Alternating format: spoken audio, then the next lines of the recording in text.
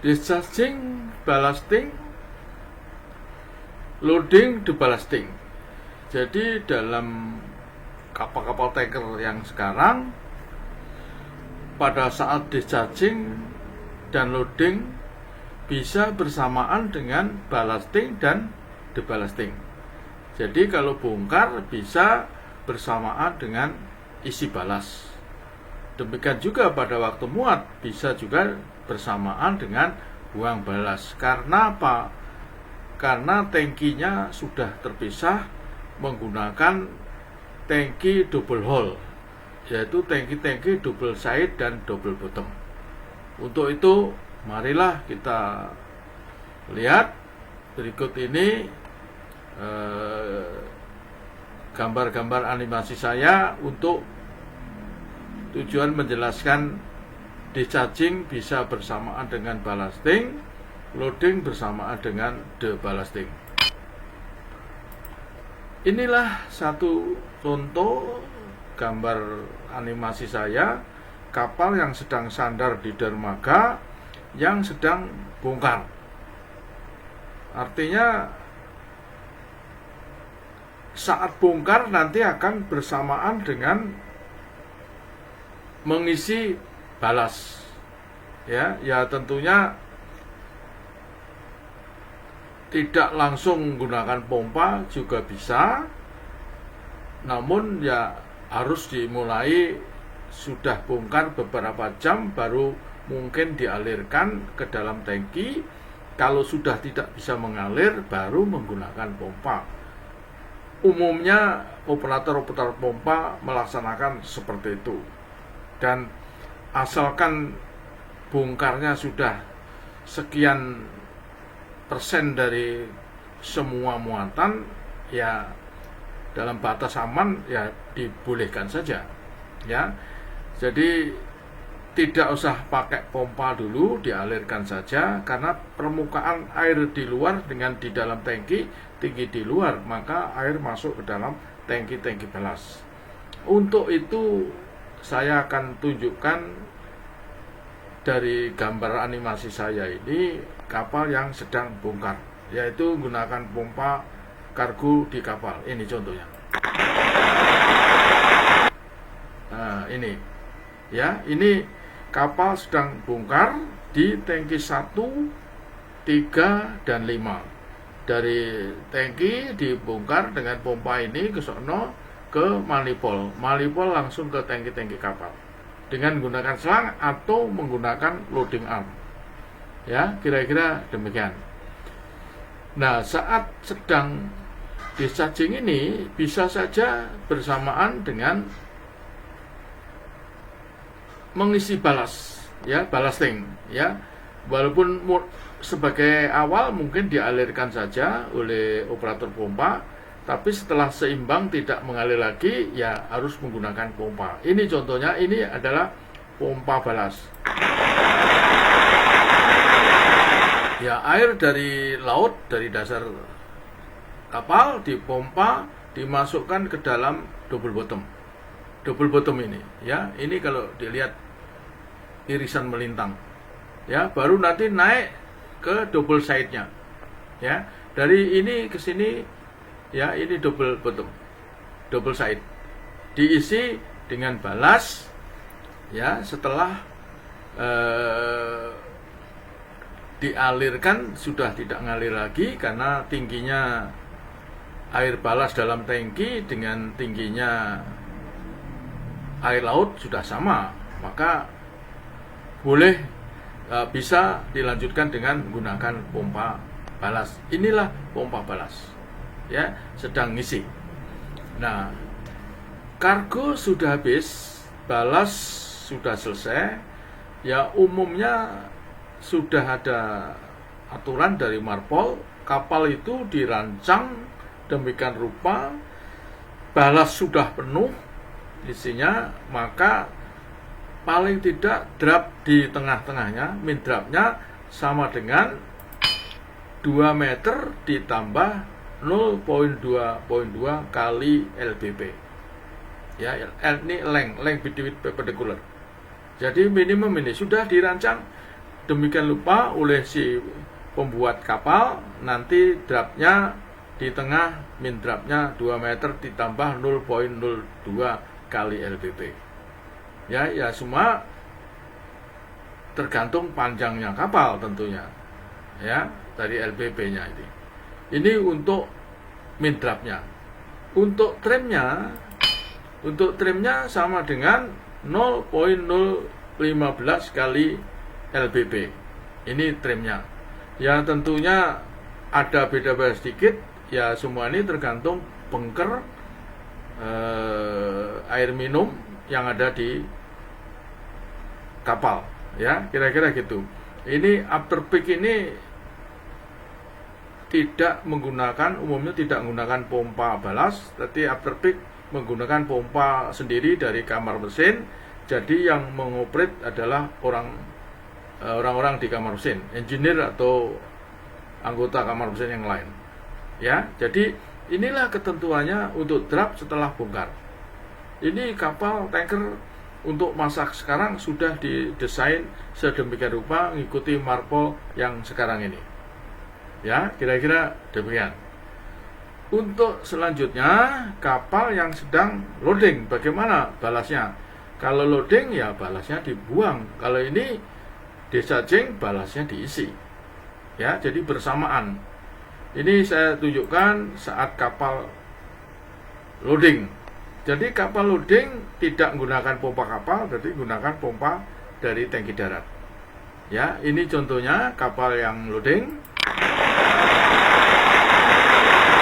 Sebelum loading, mungkin loading master sedang mengadakan pembicaraan dengan chief officer untuk rencana operasional kapal ini.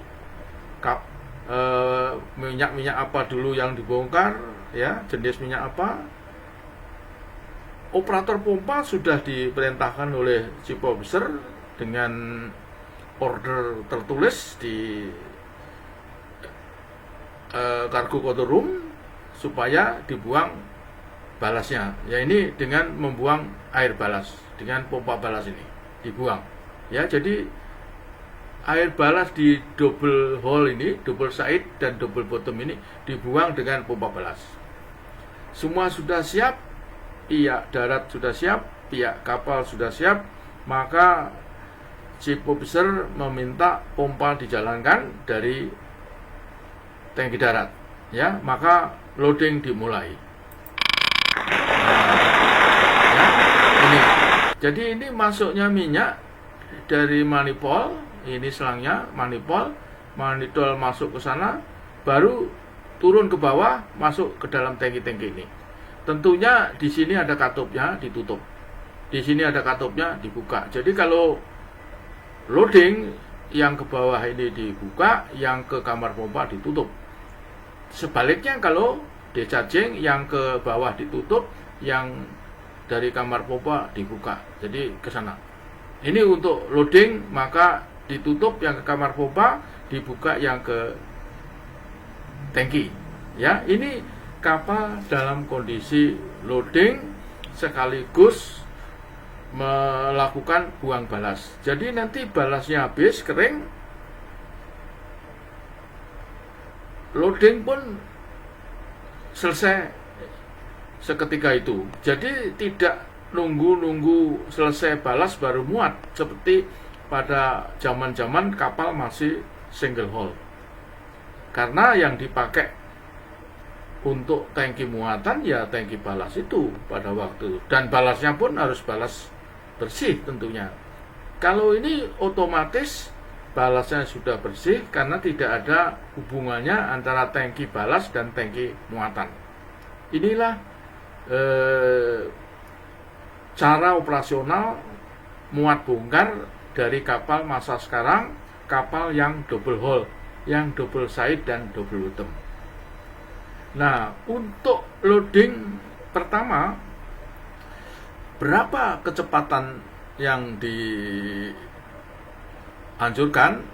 ESGOT atau International Safety Guide for Oil Tanker and Terminal, yaitu asosiasi perusahaan minyak, ya, menganjurkan pada saat loading pertama, sebelum pipa-pipa ini terendam oleh minyak, untuk kapal yang tidak inert tankinya atau tidak dilengkapi dengan inert gas, dianjurkan tidak lebih dari 1 meter per detik flow rate minyak yang mengalir dari tangki darat ke tangki kapal.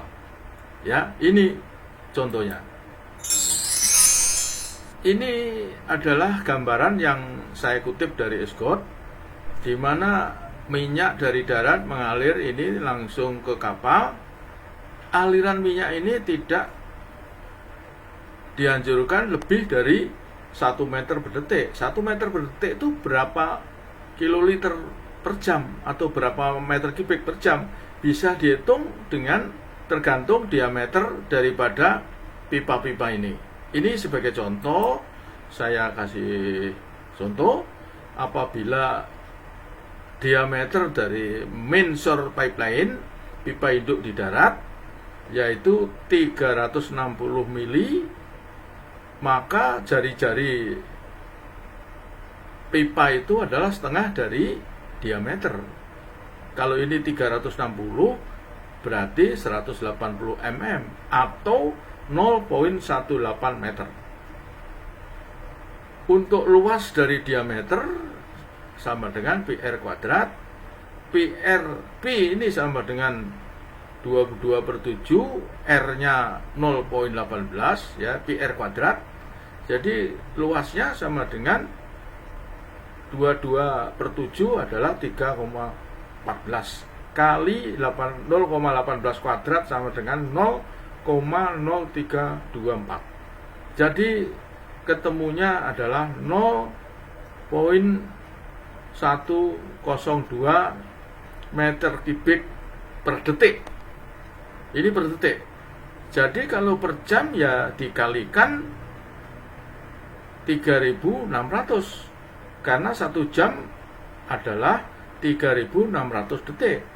1 menit 60 detik, 1 jam 60 menit. Makanya ini 3.600 kali 0,1.2, ketemunya 367 meter kubik per jam. Ini di sini agaknya ada terbalik ini, ya, agak ada terbalik ini.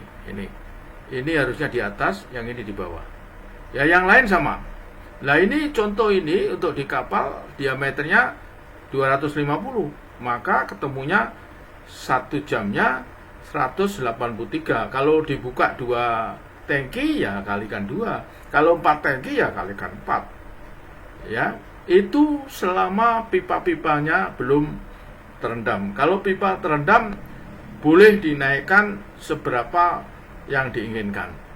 Karena pada saat permulaan muat ini sangat mungkin terjadi listrik statis, karena adanya mungkin air dan minyak bercampur masuk dalam tangki yang dimana seperti di kebur-kebur. Jadi itu sangat memicu timbulnya listrik statis menurut Escort. Makanya dianjurkan tidak lebih dari 1 meter per detik pergerakan minyak. Kira-kira tujuannya ke sana untuk menghindari terjadinya ledakan. Kalau semua pipa sudah terendam, ya boleh dinaikkan seberapa yang diinginkan oleh pihak kapal atau chief officer. Inilah contoh loading discharging, ballasting deballasting suatu kapal tanker yang masa sekarang. Jadi tidak ada sekarang ini kapal tidak double bottom double side, sehingga balasnya sudah pasti balas terpisah, tidak ada kaitannya bercampur dengan minyak. Kira-kira demikian.